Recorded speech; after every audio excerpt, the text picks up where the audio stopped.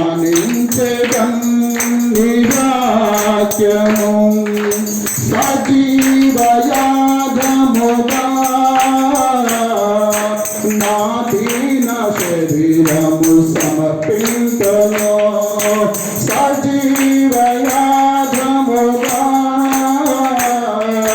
నా దీన శరీరము సమర్పించును నీ సన్నిధిలో నాకు తోడయ్యుండి నీ కరుణ కటాక్షముతో నీ సన్నిధిలో నాకు తోడయ్యుండి నీ కరుణ కటాక్షముతో ఆరాధన ఆరాధన స్తుతి ఆరాధన ఆరాధన ఆరాధన ఆరాధన స్తుతి ఆరాధన స్తుతించెదం నీ నామము ధ్యానించెదం నీ వాక్యము విరిగిన హృదయముతో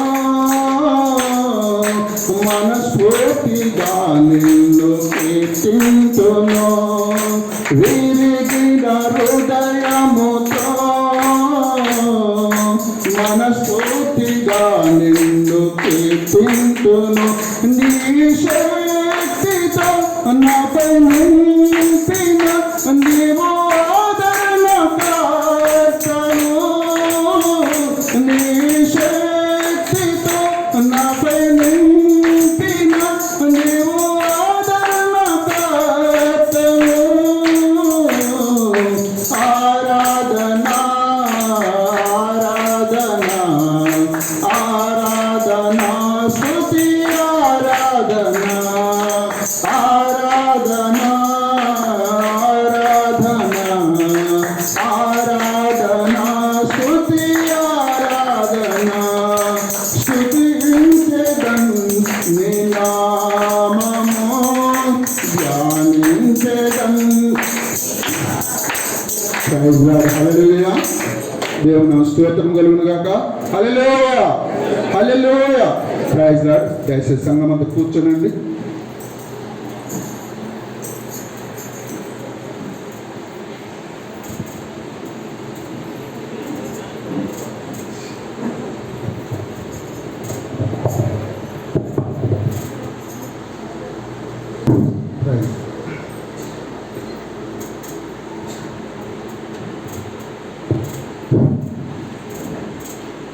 సరే, ప్రైజ్ లార్డ్ అండి. అందరికీ వందనాలు. మరి ఒకసారి నన్ను ఈ సంఘంలోనికి ఆహ్వానించిన అయ్య గారికి, ఇక్కడ గురువులకి, మరియు మీ అందరికి కూడా సంఘానికి నా హృదయపూర్వక ధన్యవాదాలు తెలియజేస్తున్నాం. ఎందుకంటే ప్రప్రదంగా మీ సంఘంలోనికి ఆహ్వానించారు. అనుకోని రీతిగా దేవుడి సంఘంలో నడిపించిన దానికి వందనాలు చెల్లిస్తున్నాం. దేవునికి స్తోత్రాలు చెల్లిస్తున్నాం. హల్లెలూయా హల్లెలూయా. సంఘంలో ఎక్కడైనా సరే సంఘంలో ముగ్గురు వ్యక్తులు ఉంటారు. వాళ్ళు ఎవరండి? 3 రకాల మనస్తత్వం గల వ్యక్తులు ఉంటారు. వాళ్ళు ఎవరు చెప్తారా? సరే, దీనికి ఒక ఉపమానం చెప్పి నేను వాక్యంలోకి వెళ్తాను. ఒక రాజు ఉన్నాడు. ఆ రాజు ఒక కోతిని తీసుకొచ్చి 3 కోతల్ని తీసుకొచ్చి ఒక టేబుల్ మీద పెట్టిండు. జాగ్రత్తగా గమనించి ఆన్సర్ మీకు అలానే దొరుకుద్ది. పిల్లలు జాగ్రత్తగా గమనించండి. ఆ 3 కోతలను తీసుకొచ్చి అక్కడ టేబుల్ మీద పెట్టిండు.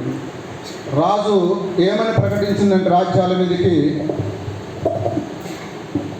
ఎవరైనా సరే ఈ 3 కోతులలో ఏమైనా లోపాలు ఉన్నాయేమని చెప్పిన వాడికి నా అర్ధరాజ్యం ఇస్తానని ప్రకటిస్తూ ఉన్నాడు.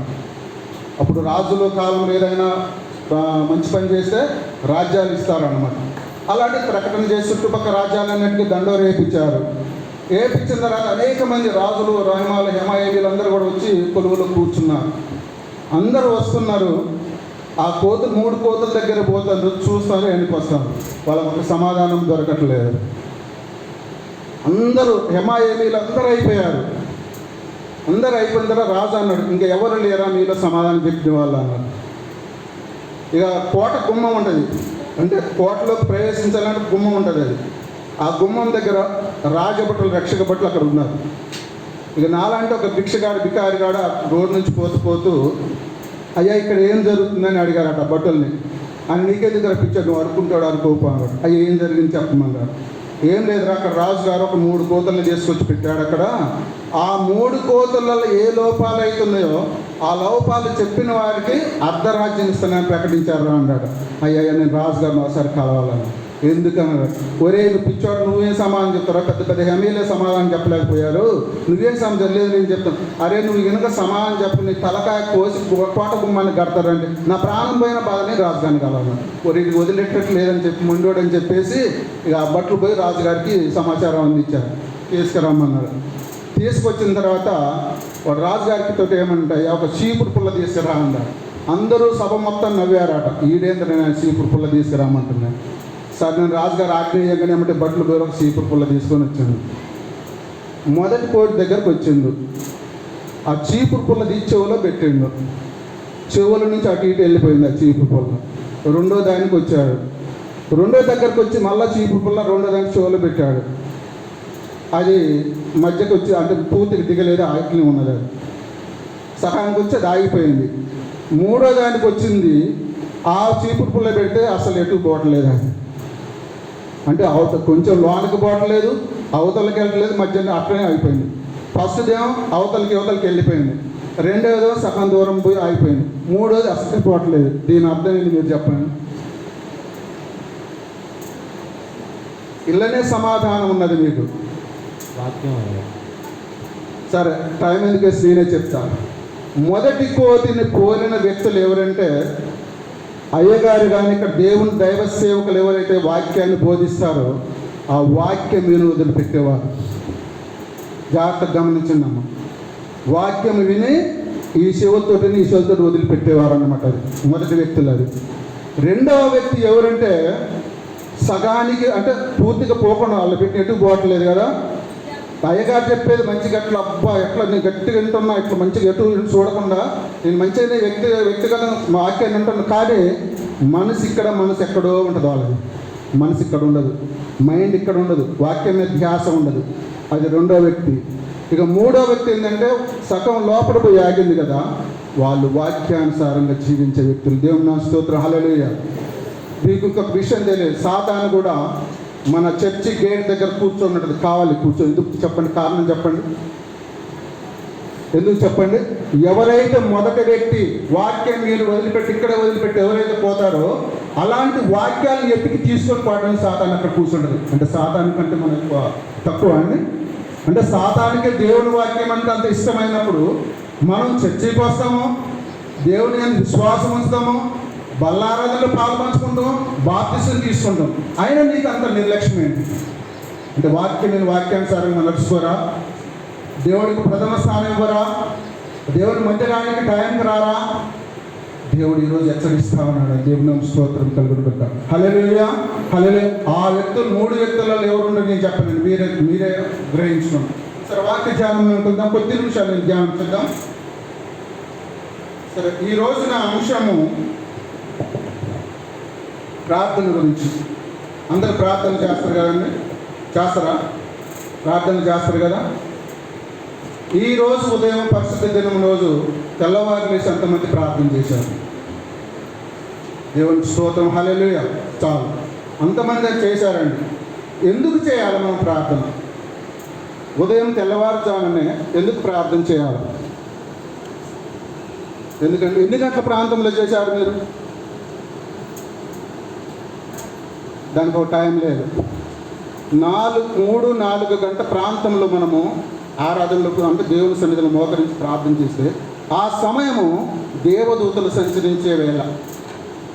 ఆ దేవదూతలు ఏం చేస్తాయట? ఎవరైతే దేవుని సన్నిధిలో మోకరించి ప్రార్థన చేస్తున్నారో ఆ ప్రార్థన విని ఆ ప్రార్థనని దేవుని చెంతకు తీసుకొని పోతాయట. మన ప్రార్థన ప్రతిఫలం ఎందుకు రావట్లేదండి?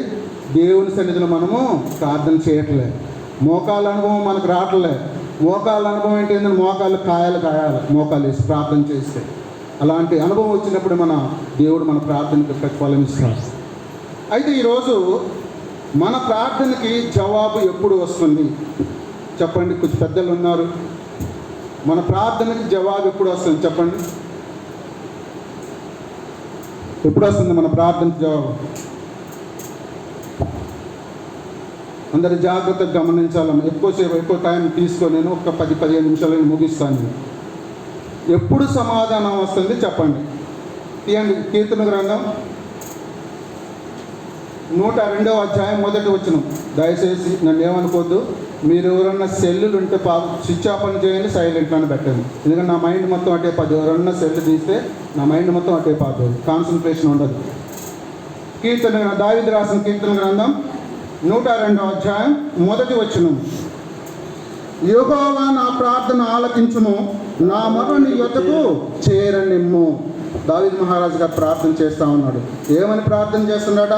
యెహోవా నా ప్రార్థన ఆలకించుము, నా మొర నీ యొద్దకు చేరనిమ్ము. మనం మొర పెట్టాలండి, మోకాలేసి ప్రార్థించాలి. మనం ప్రతి అంశం కొరకు, మన సంఘం అభివృద్ధి కొరకు, సంఘంలో ఎవరైనా అస్వస్థగా ఉన్నా వారి విడుదల కొరకు, తర్వాత గర్భఫలం లేని బిడ్డల గర్భఫలం కొరకు, వివాహాల కొరకు, అందరి కొరకు మనం విజ్ఞాపన ప్రార్థన చేయాలి మోకరించి.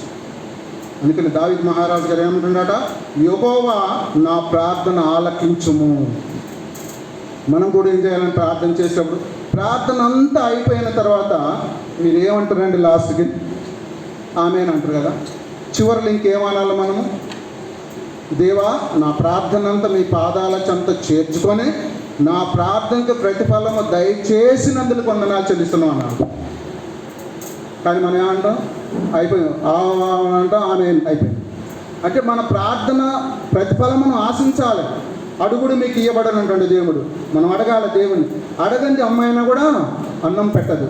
అలాంటి దేవుణ్ణి మనం అడగాలి. అందుకని ఇక్కడ దావీదు మహారాజు గారు యెహోవా నా ప్రార్థన ఆలకించుము, నా మొర్ర నీ యొద్దకు చేరనిమ్ము అంటే ఆయన ప్రార్థన, దావీదు గారి ప్రార్థన యేసయ్య సన్నిధికి చేరాలి అని మొర్ర పెడతా ఉన్నాడు. మరి మన ప్రార్థనలు ఎలా ఉంటున్నాయండి? ఏదో ఆదివారం నామకార్థ క్రైస్తవులా వస్తున్నామా, లేకుంటే పండగ క్రైస్తవులా వస్తున్నామా, లేకుంటే దేవుని యందు భయము భక్తి విశ్వాసం కలిగి వస్తున్నామా? అది ఆలోచించుకోవాలి విషయం. క్రైస్తవుల హల్లెలూయా. అయితే ఇక్కడ ఎఫెసీ రాసిన పత్రిక 3వ అధ్యాయం 20వ వచనం సత్యండి, త్వరగా తీయాలి రిఫరెన్స్. ఎఫెసీలకు రాసిన పత్రిక 3వ అధ్యాయం 20వ వచనం. మనలో కార్యసాధకమైన తన శక్తి చొప్పున మనం అడుగు వాటినన్నిటికంటేను ఊహించు వాటినన్నిటికంటేను అత్యధికముగా శక్తి గల దేవునికి క్రీస్తు యేసు మూలముగా సంఘములో తరతరములు సదాకాలము మహిమ కలుగును గాక. సంఘానికి దీవెనిస్తాడు. హల్లెలూయా. మీ సంఘాన్ని దేవుడు ఈరోజు ఆశీర్వదించబోతా ఉన్నాడు. సంఘానికి అభివృద్ధి చెందాలంటున్నాడు. అందుకే ఇక్కడ ఎఫెసీయుల అపొస్తలుడైన పౌలు ఏమంటున్నాడు? మనలో కార్యసాధకమైన తన శక్తి చొప్పున మనము అడుగు వాటినన్నింటినీ, ఏదో మన దేవుడికి ఇష్టమైన కాదండి, మనకి దేవుని సన్నిధిలో ఏదైతే సాధ్యమైందో ఆ సాధ్యమైన వాటిని మనం అడగాలి. అసాధ్యమైన వాటిని మనం అడగకూడదు. అంటే దేవుడికి అసాధ్యం అంటే ఏది లేదు, అన్ని సుసాధ్యములే అండి. సుసాధ్యం చేయగల దేవుడు, శక్తిమంతుడు, అద్భుతకర ఆశ్చర్యకర ఆలోచనకర్త ఆయన, అన్ని కార్యములు చేయగలవాడు. అందుకే ఇక్కడ ఏమంటాడు? మనలో కార్యసాధకమైన తన శక్తి చొప్పున మనము అడుగు వాటన్నిటికంటేను ఏమంటే ఇంకా ఊహించిన వాటికంటేను అత్యధికముగా. మనకు దేవుడు చాలా గొప్పవాడండి. ఎందుకు ఇలా వస్తుందమ్మా, ఎందుకు ఇస్తుందంటే ఆయన స్వరక్తం ఇచ్చుకున్న బిడ్డలం మనం, ఆయన ప్రాణం ఇచ్చిన బిడ్డలం మనం. నన్ను కన్నా తండ్రి, నన్ను పన్నా తండ్రి, రక్తమిచ్చిన తండ్రి, ప్రాణమిచ్చిన తండ్రి. నన్ను కన్నా తండ్రి, నన్ను పన్నా తండ్రి, రక్తమిచ్చిన తండ్రి, ప్రాణమిచ్చిన తండ్రి. సర్వేశ్వరా నీకే స్తుతి, సర్వము నీకే ప్రభు, ఆధారము ఆశ్రయము నీవే నా యేసు. హల్లెలూయా. దేవుని స్తోత్రం కలుగును గాక. ఎందుకంటే దేవుని సన్నిధిలో మనం ఎంతవరకు అయితే మనం ఎన్ని గంటల తరబడి ప్రార్థన చేయాల్సిన అవసరం లేదండి. దేవునికి ఇష్టమైన ప్రార్థన, వచ్చిరాని ప్రార్థన దేవునికి ఇష్టము. విరిగి నలిగిన హృదయంతో దేవునికి ప్రార్థన చేయాలి.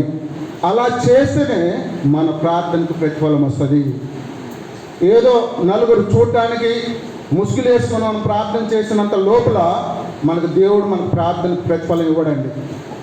దేవునికి ఇష్టమైన ప్రార్థన ఏంది? మేడగదిలోకి వెళ్ళి ఎవరు చూడకూడదండి, మోకాలు వేయాలి, కన్నీటితో విజ్ఞాపన ప్రార్థనలు చేయాలి దేవుని సన్నిధిలో.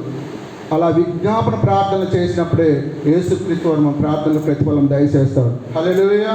అందుకని ఏమంటే అత్యధికంగా అడుగు వాటన్నిటికంటేనూ అత్యధికంగా మీకు ఇస్తా అంటున్నాడు. మన అక్కర లేవు, మన అవసరత లేవు, మన కుటుంబంలో ఏ లోట్లు ఉన్నాయో ఆయన ముందుగానే తెలిసి ఉంటాడు. మనం అడగక్కర్లేదు, కానీ మనం అడగాలి, ఆయన ఇవ్వాలి. ఎందుకు ఈ లోకానికి వచ్చింది? ఆయన మన యొక్క అక్కరలను తీర్చడానికి.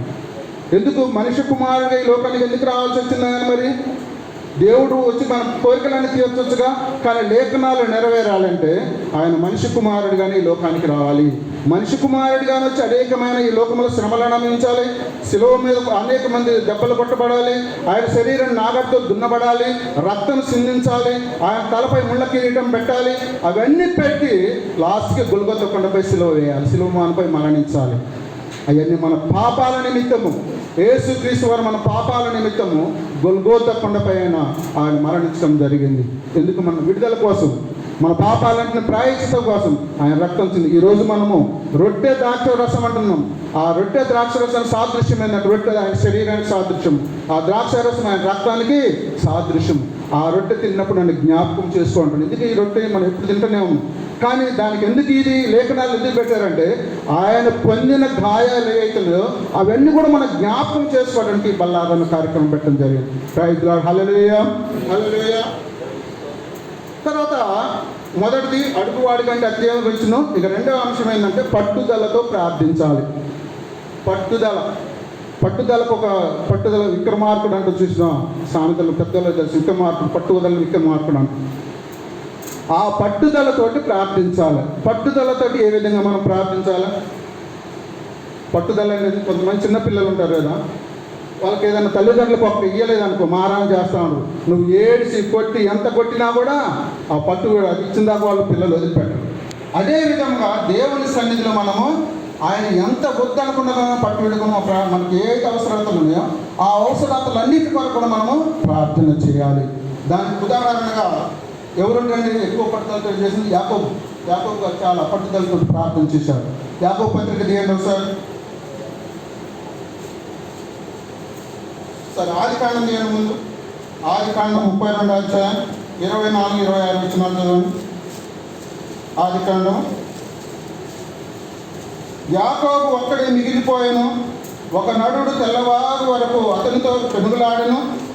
ఆయన యేసు తెల్లవారు వస్తున్నది కనుక నన్ను పోనిమని అతడు, నీవు నన్ను ఆశీర్వదించదనే కానీ నిన్ను పోనీయను. ఈ వాక్యం చాలా జాగ్రత్తగా గమనించండి. 24వ వచనంలో ఏమంటున్నాను?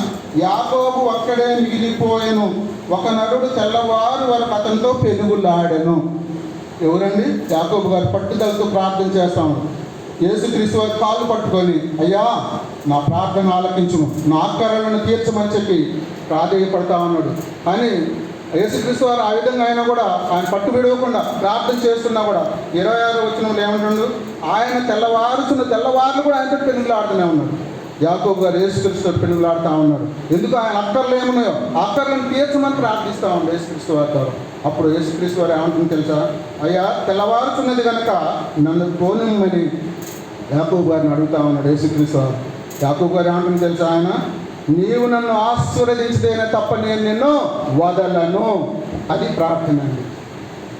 ఏం చేయాలంటే మనము పట్టుదలతోటి ప్రార్థన చేయాలి. యాకోబు గారికి ఉన్న పట్టుదల మనలో ఉంటే, మన సంఘంలో ఎవరైనా అనారోగ్యముగా ఉన్నా, అస్వస్థగా ఉన్నా, ఏదైనా ఇరుకులు ఇబ్బందులు ఉన్నా మన సంఘం అంతా ప్రార్థన చేస్తే ఖచ్చితంగా వాళ్ళు స్వస్థత పొందుకుంటారండి. పట్టుదల గడికి ప్రార్థన చేయాలి. ఆ పట్టుదల లేకుంటే మనము ప్రార్థనకు ప్రతిఫలం ఇట్టి పరిస్థితి దేవుడి నుంచి ఆశించలేము.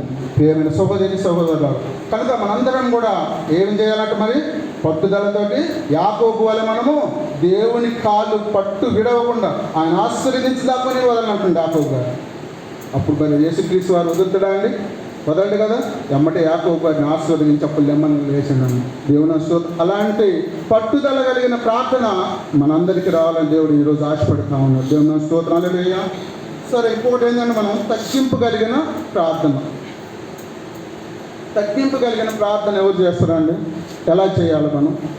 దేవుని సన్నిధిలో తన్ను తాను తగ్గించుకున్నవాడు హెచ్చించబడతాడు. కొంతమంది, ఒక ఉదాహరణ చెప్తా. పాల్వంచలో ఒక చర్చికి నన్ను ఆహ్వానించారు మెసేజ్కి. ఎందుకంటే సంఘములు ఇలాంటివి జరుగుతూ ఉంటాయి, కొన్ని మీకు తెలియాలి. పాల్వంచలో వాళ్ళ సంఘం దాదాపు ఒక 500 మంది సంఘం ఉంటారు, పుట్ట మీద ఉంటుంది. ఇండిపెండెంట్ సంఘం అది కూడా. అయితే వాళ్ళ సంఘంలో గొడవలు ఉన్నది నాకు తెలియదు, 2 వర్గాలు ఉన్న సంగతి నాకు తెలియదు. కానీ నాకు ఆ రోజు ఆయన అయ్యగారు పిలిస్తే వెళ్ళాను. ఆ రోజు నాకు దేవుడు ప్రేరేపించిన అంశం ఏంటంటే నాలుక గురించి బైబిల్లో చాలా లేఖనాలు ఉన్నాయండి. చాలా చెడ్డమైన లేఖ నాలుక. ఎందుకంటే కొండలు పెట్టేది అదే, కుటుంబాలు చీల్చేది అదే, తన సంఘంలో కలహాలు లేపేది అదే, ముసలమ్మ ముచ్చట్లు పెట్టేసేది కూడా అది నాలుక. సరే, ఏది ఏమైనా సరే నాలుక గురించి చెప్తా ఉన్నాను నేను. ప్రసంగం మధ్యకు వచ్చిన తర్వాత ఒక ఆమె లేచింది, అయ్యగారు మీరు ఎక్కడి నుంచి వచ్చారు? మీ అయ్యగారు నా గురించే చెప్పిండా? నాతో నా గురించి మాట్లాడుతున్నా ఎందుకు అని చెప్పి గొడవకు లేచింది. అమ్మ ప్రశాంతం, ఒక 10 నిమిషాలు ఆగు, నేను నీకు సమాధానం చెప్తాను. మళ్ళీ ఒక 2 నిమిషాల తర్వాత ఇంకొక ఆయన లేచింది, ఏంటంటే నా గురించి చెప్తారు మీరు? అయ్యగారు మాకు ఆయన గొడవలో నేను మీకు చెప్పిండా? మా గురించి ఆమె తగాదలో నేను మీకు చెప్పిండా అని చెప్పి ఆయన లేచింది. మీరిద్దరు సమాధానంగా ఉండండి, నేను ఒక్క 10 నిమిషాలలో వాక్యం ముగిస్తా, అప్పుడు మీ ఇద్దరు సమాధానాన్ని తేలుస్తానని చెప్పింది. అయిపోయింది, ప్రసంగం అయిపోయిన తర్వాత కూర్చున్న తర్వాత ఇద్దరు వచ్చారు. ఏంటి మీ బాధ ఏందన్న? అయ్యారు మీరు మా గురించే చెప్పారు, ఇవాళ మొత్తం మా గురించే ఉంది. ఎందుకంటే వీళ్ళిద్దరు బాగా గొడవ పడతారు అటు సంఘంలో, వీళ్ళిద్దరు సంఘాన్ని చీలుస్తారు. మళ్ళీ ఇద్దరు ఎవరు? సంఘ పెద్దలు, స్త్రీల మైత్రి ఒకళ్ళు, మనుషులు అంటే మగవాళ్ళ యొక్క సెక్రటరీ ఒకళ్ళు, ఇద్దరు పెద్ద పోస్టులు వాళ్ళిద్దరు ఏం చేస్తారు? సంఘాన్ని చీలుస్తూ ఉన్నారు, సంఘంలో కలహాలు లేపుతా ఉన్నారు, సంఘాలలో గొడవలు పెడతా ఉన్నారు. ఎందుకంటే ఆధిపత్యం చెలాయించడం కోసం. అలాంటివి చేస్తున్నప్పుడు నేను ఈ విధంగా చెప్పిన తర్వాత వాళ్ళందరూ వచ్చి నా మీద గొడవకు దిగారు. అయ్యగారు వచ్చిండు, అయ్యగారిని పక్కన నిలబెట్టి, అయ్యగారు మీరు నాకు వీళ్ళ గురించి ఏమైనా చెప్పారా? చెప్పలేదని. మెసేజ్ గురించి ఏమైనా చెప్పారా? చెప్పలేదని. మరి మీరు చెప్పలేదు, వారు చెప్పలేదు, ఎవరు చెప్పు, నాకు దేవుడు ప్రేరేపించిన అంశాన్ని నేను తీసుకొని మీకు చెప్పాను, అంతే తప్ప మీరు ఎందుకు ఇట్లా మాట్లాడుతున్నారని చెప్పి వాళ్ళ గురించి అన్ని వివరంగా చెప్పాను. అమ్మ, వాక్యం అనేది 2 అంచులు వాడి అయిన ఖడ్గము, అది శరీరంలో మూలకలోకి కీలను మొత్తం దూసుకొని పోతుంది. అది వాక్యం ఒకళ్ళు సూటిగా గుండెకు తగులుతాయి ఈ వాక్యాలు, ఎవరికొకరు ఖచ్చితంగా తలుగుతుంది. అది అలా అనుకొని నా గురించి ఏం మాట్లాడాడు, నా గురించి అయ్యగారు చెప్పిందని చెప్పి మీరు ఎవరు కూడా తొందరపడాల్సిన అవసరం లేదమ్మా. వాక్యాన్ని ఏం చేయాలి? మనము పరిశీలించి పరిశోధించి వాక్యాన్ని అర్థం చేసుకోవాలి. అలా అర్థం చేసుకున్నప్పుడు వాక్యములు నిగూఢమైన సత్యములు మనకు బయటపడతాయి. అప్పుడు వాళ్ళిద్దరు కూడా ఒక అర్ధగంట సేపు వాళ్ళ క్లాస్ వీకారు, ఇద్దరు సమాధాన పడ్డరు, ఏడ్చుకుంటూ మోకరిల్లి అర్ధగంట సేపు ప్రేయర్ చేశారు. ఇప్పుడు ఈ సంఘము దాదాపు చాలా అభివృద్ధి చెందింది, పాల్వంచ సంఘం. ప్రైజ్ హల్లెలూయా. అందుకనే సంఘాలలో అంత్యదినములలో క్రైస్తవులు వస్తూ ఉంటారు, సంఘాలలో చిచ్చులు పెట్టడానికి వస్తూ ఉంటారు. అలాంటి వాళ్ళు మన దగ్గరికి చేరని ఇవ్వకూడదు. కనుక మనందరం కూడా సంఘం అభివృద్ధి కొరకే పాటుపడాలి. సరే, దానికి ఒక ఉదాహరణ మనం చూద్దాం. తగ్గింపు హృదయం. మొదటి దినవృత్తాంతములు 7వ అధ్యాయం 14వ వచనం. ముందు లూకాసు వార్త 18వ అధ్యాయం 13వ వచనం. తగ్గింపు ప్రార్థన ఎవరు చేస్తున్నారో చూద్దాం. లూకాసు వార్త 18:13. అయితే సుంకరి దూరముగా నిలుచుండి ఆకాశం వైపు కన్నులెత్తుటకైనను ధైర్యము చాలక రొమ్ము కొట్టుకొనుసు, దేవా పాపినైన నన్ను కరుణించమని పలికిన. దేవుని స్తోత్రం, హల్లెలూయా. ఈ సుంకరి అంటే ఎవరండి? వడ్డీ వ్యాపారస్తులు. మన ఈ లోకరైతే వడ్డీ వ్యాపారస్తులు అంటాం, అప్పులు ఇచ్చి వడ్డీ తీసుకుంటా ఉంటాం. అలాంటి సుంకరి మారు మనసు పొందిండు, దేవుని తప్పి తిరిగిండు. దేవుని ఎదుటికి పోవడానికి ఆయన శక్తి సరిపోవట్లేదు. ఎందుకంటే అనేకమైన సుంకాలు, అనేకమైన పాపాలు చేసి ఉన్నాడు అతను. కానీ తన హృదయాన్ని తగ్గించుకున్నప్పుడు ఏమంటుండు? సుంక దూరంగా నిలిచి ఆకాశం వైపు కన్నులెత్తుడు. ఎక్కడ ఉంటుందండి అక్కడ దేవుడు? ఎక్కడ ఉంటుందండి? ఆకాశం మీద పాదపద్ధతి అన్నారు. ఆ ధవలమైన సింహాసనం మీద కూర్చొని ఉంటాడు దేవుడు. అప్పుడు ఆయన ఆకాశం వైపు కన్ను. మనం కూడా ప్రార్థన చేసేటప్పుడు తలకాంచి చేయొద్దని, చేతులు పైకెత్తాలి, ముఖం పైకెత్తాలి, ప్రార్థన చేయాలి. దేవుడు మనకు అక్కడ ఆశీర్వదిస్తాడు. అందుకని సుంకరి కూడా ఎలా ప్రార్థన చేస్తుంటే ఆకాశము కన్నులెత్తి ధైర్యము చాలక అంటే దేవుడి వైపు చూడటం ధైర్యం చాలక రొమ్ము కొట్టుకుంటా ఉండు, దేవా నన్ను కనికరించమని. దేవా నేను పాపిని, నన్ను క్షమించు, అనేకమైన పాపాలు చేస్తున్నాను, అనేకమైన సుంకాలు వదుసులు చేశాను, ప్రజల్ని పీడించాను ప్రభు అని చెప్పి రొమ్ము కొట్టుకొనుచు ప్రార్థన చేస్తూ ఉన్నాడు ఆ సుంకర్. అప్పుడు దేవుడు పాపినైన ఆ సుంకర్ని కరుణించాడు. మరి ఆయన బలారాధన తీసుకోలేదు, బాప్తిసం తీసుకోలేదు, దేవుని నమ్ముకోలేదు. ఆయన వెంటనే ఏం చేసిన, ఆయన హృదయాన్ని దేవుడికి అర్పించింది కాబట్టి దేవుడు అతన్ని కరుణించాడు. శిలువ వేసినప్పుడు 2 దొంగలు ఉన్నారు, 2 దొంగలు ఉన్నారు. యేసుక్రీస్తు మొదటి దొంగ, వాడు పాపి. రెండవ దొంగ